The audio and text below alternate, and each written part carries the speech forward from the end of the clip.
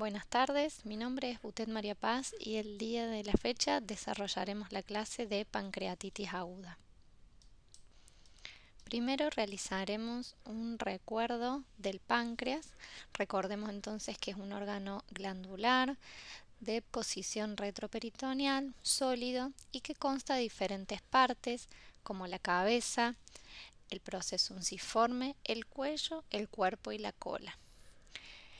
Se encuentra atravesado por el conducto pancreático principal de Windsor, que transita todo el parénquima del páncreas desde la cola hasta la cabeza, conectándose con el conducto biliar en la cabeza del mismo, para formar el conducto hepatopancreático, también conocido como ampolla de Vater.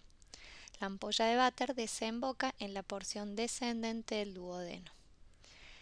El flujo del contenido pancreático y del colédoco va a estar controlado por un esfínter del músculo liso conocido como esfínter de Oddi, el cual va a evitar el reflujo del contenido duodenal hacia el conducto hepatopancreático. El páncreas también posee un conducto accesorio que se comunica con el conducto pancreático principal a nivel del cuello del páncreas y va a desembocar en la parte descendente del duodeno en la papila duodenal anterior. También debemos recordar que anatomopatológicamente el páncreas se divide en un páncreas endocrino y exócrino. El páncreas exócrino tiene comunidades secretoras, los acinos pancreáticos, que van a producir peptidasas, lipasas y enzimas aminolíticas y nucleolíticas para producir la digestión de los alimentos. Y por otro lado tenemos el páncreas endocrino, cuyas unidades secretoras son los islotes pancreáticos o de Langerhans, que van a poseer las células B o beta, las células alfa y las células de deltas, que van a producir diferentes sustancias como por ejemplo insulina, glucagón o somatostatinas, que van a ir a la circulación sanguínea para diferentes acciones. Entonces decíamos que el páncreas va a tener una función endocrina y una función exócrina. Las glándulas exócrinas, entonces dijimos que van a sintetizar diferentes enzimas pancreáticas que van a ser secretadas en formas inactivas, como zimógenos, los cuales se van a liberar en los sistemas glandulares y conductos pancreáticos. Al llegar al duodeno, estos zimógenos van a ser activados por enzimas proteolíticas, transformándose en las peptidasas, amilasas, lipasas y nucleasas activas, que van a cumplir el rol de digestión de los alimentos que ingresan al intestino delgado por parte del estómago. Y por otro lado, en la función endocrina tenemos la regulación hormonal mediante la liberación de insulina, glucagón y somatostatina, como dijimos previamente. Entonces ahora sí estamos en condiciones, una vez de haber recordado la anatomía y fisiología del páncreas, de definir a la pancreatitis como este proceso inflamatorio agudo que se produce en el páncreas, que tiene una etiología bastante variada, aunque las causas más frecuentes son dos, como veremos a continuación, y que se va a dar por la activación intraglandular de estas enzimas pancreáticas que estarían relacionadas a la función exócrina del páncreas. La clínica de esta patología es muy variable, como veremos a continuación. Puede ser desde cuadros leves con dolor abdominal y leve aumento de enzimas pancreáticas hasta pacientes que presenten fallo multiorgánico, muerte y pancreatitis grave. La incidencia de esta patología está en aumento en el último tiempo, sobre todo relacionado a los hábitos alimenticios de la población, que tienden a tener más incidencia de obesidad, de pacientes con cálculos biliares y otras patologías que pueden hacer que los efectos de la pancreatitis se agraven. La edad en general es entre los 40 y los 60 años y la distribución por sexos está relacionada con la causa etiológica. En las mujeres la principal causa es biliar, mientras que en los hombres es la alcohólica. Entonces dijimos que en relación a la etiopatogenia, recordamos que dijimos que el páncreas tiene esta función digestiva que va a estar regulada por mecanismos que van a asegurar que la actividad enzimática sea nula hasta que las enzimas se encuentran en el duodeno. En esta patología, el proceso patogénico inicial desencadenante va a ser la activación intraparenquimatosa de las proteasas pancreáticas, que no deberían estar activas dentro del órgano, sino recién en la luz duodenal. Distintas enzimas, sobre todo la catepsina B, van a activar el tripsinógeno formando tripsina y esto va a desencadenar la activación en cascada de las otras enzimas.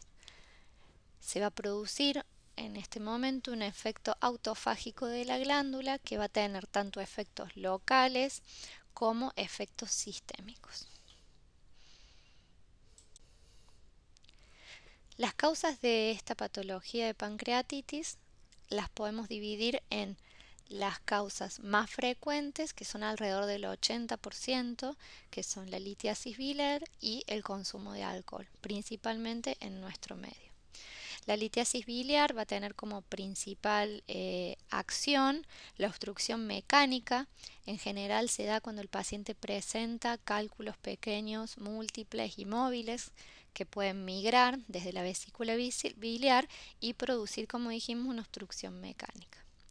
En relación al consumo de alcohol, sí se requiere una ingesta de aproximadamente 90 gramos día para producir una pancreatitis de causa alcohólica. Muchas veces la pancreatitis de causa alcohólica es una pancreatitis crónica, pero que puede tener episodios agudos con una ingesta de gran cantidad o de un volumen de alcohol importante. Por otro lado, tenemos la hiperlipidemia, hipertrigliceridemia puntualmente. En general se ven pacientes con hipertrigliceridemia familiar, donde los valores deben de ser de más de 1000 miligramos por decilitro. Recordar que los valores normales son hasta 150 miligramos por decilitros de triglicéridos en sangre. También puede haber causas relacionadas al consumo de fármacos. Muchos fármacos pueden producir pancreatitis. Los que se ha demostrado mayor asociación son el ácido valproico, azatioprina, furosemida, las tetraciclinas, antibióticos, glucocorticoides y el metronidazol. Pero hay otros fármacos que también pueden realizarlo. También tenemos el páncreas divisum, que es la ausencia de la fusión del páncreas dorsal y ventral durante el desarrollo fetal. Entonces esta alteración anatómica puede predisponer a pancreatitis aguda. Disfunción del esfínter de Oddi, como dijimos previamente, recuerden que era el esfínter de músculo liso que prevenía el reflujo del contenido duodenal hacia el páncreas. Y después tenemos otras causas menos frecuentes dentro de las infrecuentes, como por ejemplo el hiperparatiroidismo, la isquemia abdominal, infecciones virales, traumatismos abdominales, enfermedades autoinmunes o iatrogenia, es decir, pancreatitis asociada a procedimientos médicos, como por ejemplo una cirugía abdominal. En relación a los cambios anatomopatológicos que podemos encontrar en esta patología, tenemos dos tipos, la pancreatitis aguda edematosa y la pancreatitis aguda necrohemorrágica. La edematosa, en esta encontramos un agrandamiento de la glándula a expensas de congestión vascular, edema e infiltrado inflamatorio, mientras que en la necrohemorrágica la infiltración inflamatoria va a ser más intensa y vamos a encontrar áreas de necrosis asociadas a áreas de hemorragia. El tipo edematoso es el más frecuente y en general se asocia a pacientes con pancreatitis aguda más leve, mientras que la necrohemorrágica es menos frecuente, pero de bastante mayor gravedad. Acá podemos ver dos imágenes relacionadas con la misma. Sobre la clínica de la pancreatitis aguda, podemos decir que la misma va a tener efectos locales y efectos sistémicos. Los efectos locales, que son los más característicos y los que nos van a llevar a sospechar esta patología, va a ser principalmente el cuadro de abdomen agudo que va a tener el paciente. El dolor en general es epigástrico y puede estar irradiado hacia uno o ambos hipocondrios o en cinturón hacia la espalda. Es de características continuas, va a estar exacerbado principalmente después de la ingesta de alimentos, sobre todo de alimentos ricos en grasas, y puede mejorar en la posición genupectoral o de plegaria maometana, que es la que vemos en la imagen de abajo. El dolor es intenso y el paciente suele caracterizarlo en una escala del 1 al 10 entre 8, 9 o 10 de dolor. Recordar que algunos pacientes pueden tener disminución del dolor, como por ejemplo los pacientes diabéticos o trasplantados, que pueden tener menos nivel de dolor. También se puede asociar a náuseas y vómitos, en general son alimenticios y biliosos y no hacen calmar el dolor después de producirse el vómito. Y también puede asociarse a que el paciente tenga ausencia de gases y de eliminación de heces, porque puede presentar un cuadro de ilio paralítico. En relación a los efectos sistémicos que puede producir la pancreatitis, tenemos divididos por cardiovascular, cuando los cuadros son de una pancreatitis en general más bien evolucionada o moderadamente o grave, que pueden estar relacionados con hipotensión, con taquicardia o hasta con shock. En relación al respiratorio, el paciente puede presentarse con disnea o desaturación. Puede haber disminución del ritmo de diuresis o hasta anuria con afectación de la función renal, y también el paciente puede presentarse con hiperglucemia. Entonces aquí tenemos un leve resumen de los principales síntomas, ¿sí? O de si tenemos un paciente con estas características, pensar en pancreatitis. Entonces tenemos dolor abdominal alto que se puede irradiar hacia la espalda. El dolor abdominal se hace más intenso después de comer. El paciente puede presentar fiebre, que después veremos que no está asociada a una causa infecciosa, sino a los procesos tóxicos inflamatorios que se presentan en esta patología. El paciente puede tener taquicardia y también puede estar asociado a náuseas y vómitos. Al examen físico, entonces, ¿qué vamos a encontrar? Vamos a encontrar un abdomen doloroso a la palpación, sobre todo en epigastrio, y que puede estar asociado a defensa y peritonismo según el grado de evolución de la patología. Podemos encontrar que el abdomen está distendido porque dijimos que puede estar asociado a un ilio, y puede haber disminución de los ruidos hidroaéreos normales en el abdomen. También podemos encontrar taquicardia e hipotensión. Podemos encontrar fiebres que, como dijimos, no está relacionada a una patología infecciosa, sino a los mecanismos tóxicos inflamatorios de la patología. Podemos encontrar raros y en general no en un primer momento los signos de Cullen y de Turner, que son indicadores de gravedad, ¿sí? Que van a estar dados por la infiltración hemorrágica del epiplón menor, ligamento redondo o también del retroperitoneo. Se asocian a las pancreatitis necrotizantes. Y también vamos a encontrar disminución del murmullo vesicular en bases pulmonares por derrame pleural o atelectasia que puede darse en esta patología.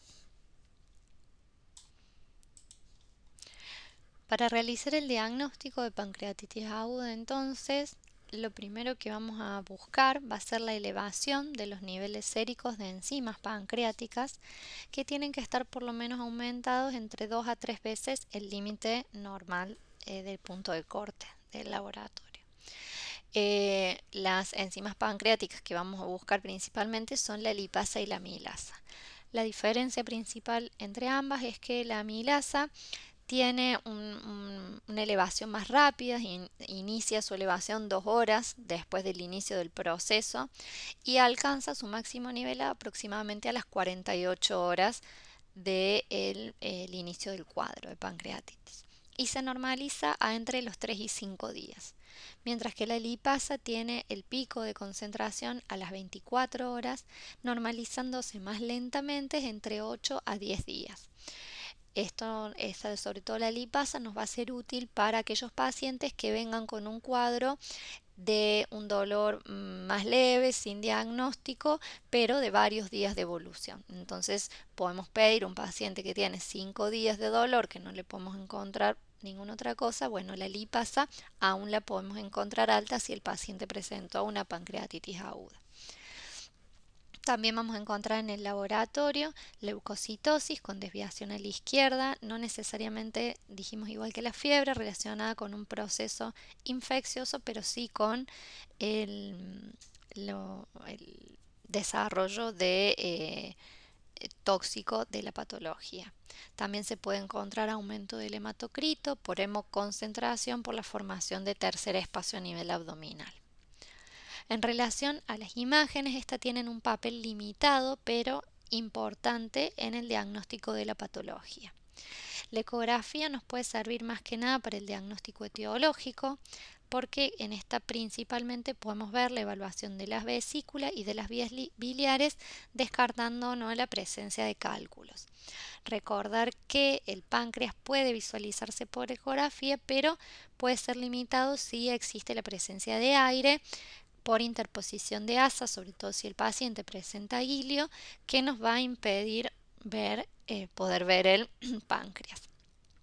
La tomografía sí es un método útil que nos va a servir para clasificación local de la gravedad y para poder evaluar la presencia de complicaciones locales, como veremos a continuación.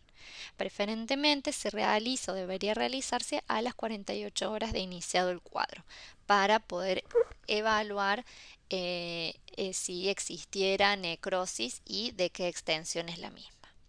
Y la radiografía de tórax nos va a servir principalmente para valorar la presencia de derrame pleural o atelectasias. En relación a los diagnósticos diferenciales que tenemos que pensar cuando sospechemos que un paciente presenta pancreatitis aguda, en realidad serán en todos aquellos pacientes que se presenten a la consulta con un cuadro de abdomen agudo. Entonces, dentro de esto vamos a encontrar la perforación de una víscera hueca, donde también vamos a encontrar un paciente con un abdomen mucho más doloroso y en general un abdomen en tabla, ¿sí? También podemos sospecharla o tener diagnóstico diferencial en un paciente con una úlcera péptica, pacientes con colecistitis aguda, pensar también isquemia mesentérica, diverticulitis, apendicitis aguda por el dolor de inicio, el dolor en la apendicitis aguda, y también con tener como diagnóstico diferenciales cuadros no abdominales, como por ejemplo un infarto agudo de miocardio de cara diafragmática o una neumonía de base. En relación a las complicaciones que puede tener esta patología, tenemos por un lado las complicaciones sistémicas y por otro lado las complicaciones locales. En relación a las complicaciones sistémicas, puede producirse en la pancreatitis aguda el fallo de uno o más órganos y en la pancreatitis grave un síndrome de respuesta inflamatoria sistémica o SIRS, que va a ser secundario a este proceso tóxico inflamatorio que se produce en la pancreatitis aguda. Va a estar clínicamente dado por un shock con hipotensión y taquicardia que no revierte con la administración de volumen. Puede presentar también con insuficiencia respiratoria, que es una de las complicaciones sistémicas más frecuentes, que va a estar dada por edema pulmonar, por atelectasias, por isquemia, ¿sí? Secundaria a trombosis o por derrame pleural. También se puede presentar como complicación la insuficiencia renal, principalmente más generalmente va a ser prerrenal por la formación de este tercer espacio a nivel abdominal y la depleción de volumen que se va a producir a nivel intravascular, o renal por necrosis tubular aguda, que puede ser de prerrenal evolucionada. También se puede presentar como complicación el hemoperitoneo o hemorragias digestivas. Podemos tener hiperglucemia por efectos en la liberación de insulina e hipocalcemia por cuando son pancreatitis necrohemorrágicas por la fijación de calcio que va a producir hipocalcemia a nivel sistémico. Luego de un primer momento, en general después de las 2 primeras semanas, tenemos complicaciones infecciosas, ¿sí?, que pueden evolucionar a una sepsis. En general los gérmenes más frecuentes son aerobios gram negativos, como por ejemplo la Escherichia coli, y menos frecuentemente gram positivos, anaerobios y hongos, pero también puede producirse. Siempre que un paciente presenta fiebre luego de la primera o primeras 2 semanas después de inicio de la patología, primero descartar infecciones a nivel de todas las invasiones que presenta este paciente, por ejemplo sonda vesical o catéteres centrales o de hemodiálisis. Descartar también infecciones respiratorias y infección a nivel del sitio del páncreas. Entonces en este cuadrito podemos ver las complicaciones, ¿sí?, y cómo las definimos. Insuficiencia respiratoria, presión arterial de oxígeno menos de 60 milímetros de mercurio, insuficiencia renal con creatinina mayor a 2 miligramos por decilitro, shock como tensión arterial sistólica menor a 80 milímetros de mercurio por más de 15 minutos, y acá es importante tener en cuenta que no revierte frente a la administración de volumen. Sepsis, temperatura más de 38,5 grados, o sea fiebre, glóbulos blancos más de 16.000, plaquetas menos de 150.000 y cultivos positivos. Coagulación intravascular diseminada puede ser otra de las complicaciones, con una APP que es el tiempo de protrombina menor a 70 y un KPTT que es el tiempo parcial de tromboplastina mayor a 45 segundos. Y por otro lado también las alteraciones metabólicas que dijimos, glucemia mayor a 200 y calcemia menor a 8,5 miligramos por decilitro. Entonces, tener en cuenta todas las complicaciones sistémicas que puede presentar un paciente con pancreatitis. Dijimos también que la pancreatitis puede tener complicaciones a nivel local.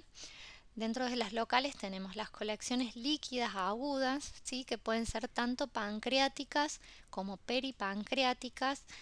Estas van a carecer de pared, ¿sí?, o sea, son colecciones móviles y que se reabsorben espontáneamente. En general no aumentan la morbimortalidad del paciente y no presentan otras complicaciones propiamente dichas. También tenemos el pseudoquiste, que sí es una colección líquida con pared bien definida de tejido fibroso. Se forma aproximadamente a las 4 semanas después del proceso de pancreatitis aguda, y las complicaciones que tienen es que pueden romperse o fisurarse generando ascitis pancreática, aumentando la morbimortalidad del paciente con esta patología.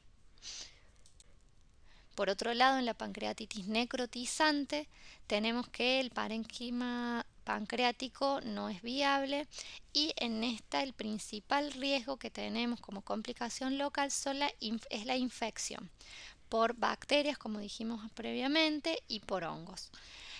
Aumentando mucho, aumenta mucho la morbimortalidad del paciente con evolución bastante tórpida. Y por último tenemos el absceso, que es una colección de pus con ya escaso o nulo tejido pancreático necrótico, o sea, el principal es la formación de pus. Esto se va a originar en un área de necrosis que se infecta. El diagnóstico va a ser con punción, aspiración y cultivo del material, y el tratamiento es el drenaje y la antibiótico-terapia dirigida para el germen que encontramos en el material. Aproximadamente un 15 a un 20% de los pacientes con pancreatitis aguda van a desarrollar enfermedad grave, con una mortalidad de estos que presenten enfermedad grave de entre un 20 y un 25%, con lo cual vemos el nivel de gravedad que puede presentar esta patología. Para clasificarlo y para clasificar principalmente el pronóstico, encontramos por un lado los criterios de Ranson y los criterios de Marshall, que son para predecir la severidad que puede tener esta patología. Los criterios de Ranson se realizan a las 0 horas, o sea, en el momento en que el paciente es admitido en la guardia, y a las 48 horas se repite. Tienen en cuenta a las 0 horas la edad del paciente, el nivel de glóbulos blancos que presenta en sangre, o sea, la leucocitosis, la glucemia del paciente, el valor de LDH y de ASAT o GOT.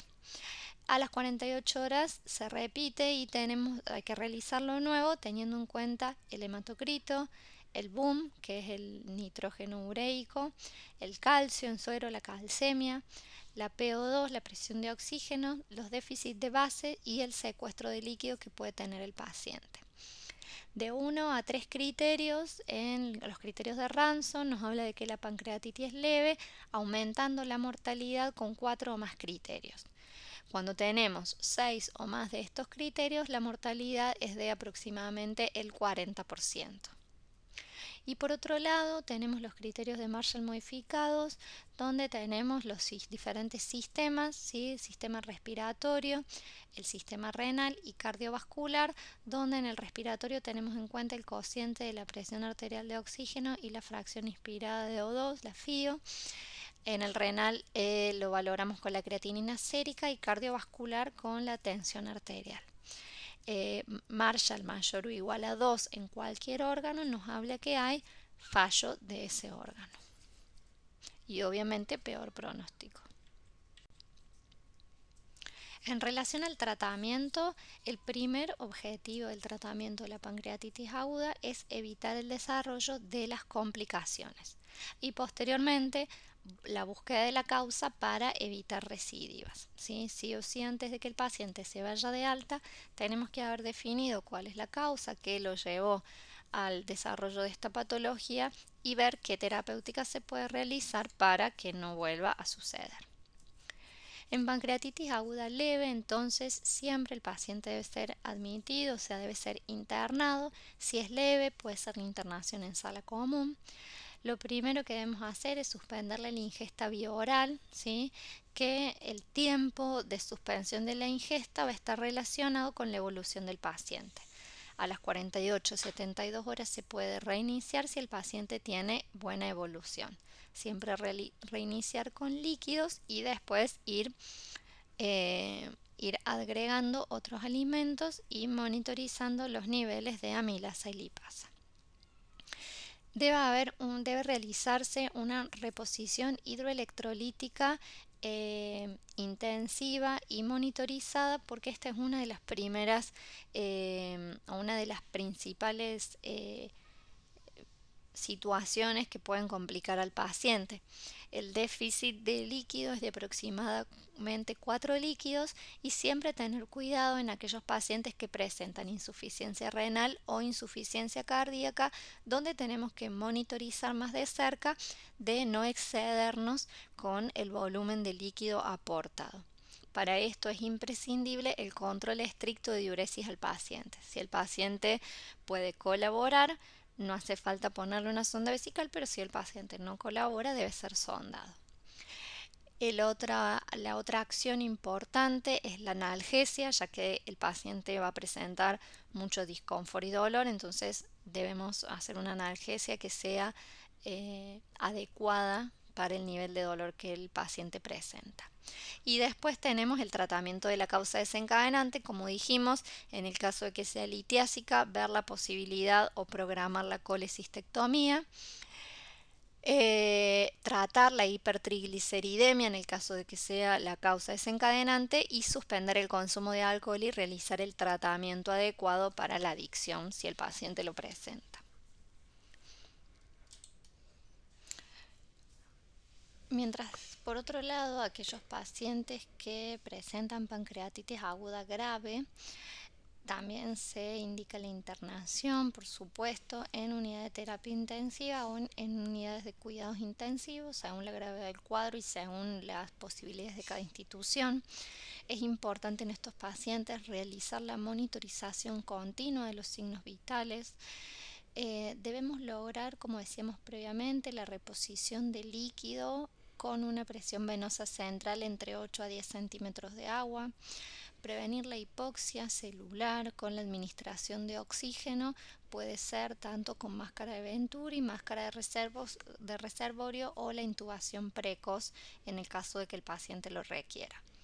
También, obviamente, la suspensión de la ingesta vía oral, pero como en estos pacientes la suspensión va a ser por un tiempo más prolongado, es importante valorar el adecuado soporte nutricional a través de alimentación parenteral. Se utilizarán catecolaminas para mantener valores de tensión arterial y la buena perfusión tisular. La reposición hidroelectrolítica, como dijimos previamente, para lograr una PVC entre 8 a 10, con control estricto de diuresis, y en el caso de que el paciente presente fallo renal, deberemos realizar el tratamiento de hemodiálisis correspondiente. También se realizará analgesia. Antibiótico terapia profilaxis se puede realizar en estos pacientes, principalmente los que tienen pancreatitis necrohemorrágicas, con carbapenems o imipenem. Y el tratamiento de la causa, como dijimos previamente, antes de que el paciente sea dado de alta, valorar nuevamente la causa desencadenante, programar colecistectomía cuando el paciente esté clínicamente apto para realizarla, la medicación para la hipertrigliceridemia y la suspensión del consumo de alcohol si ese fuera el caso. Esto sería todo, muchas gracias, hasta luego.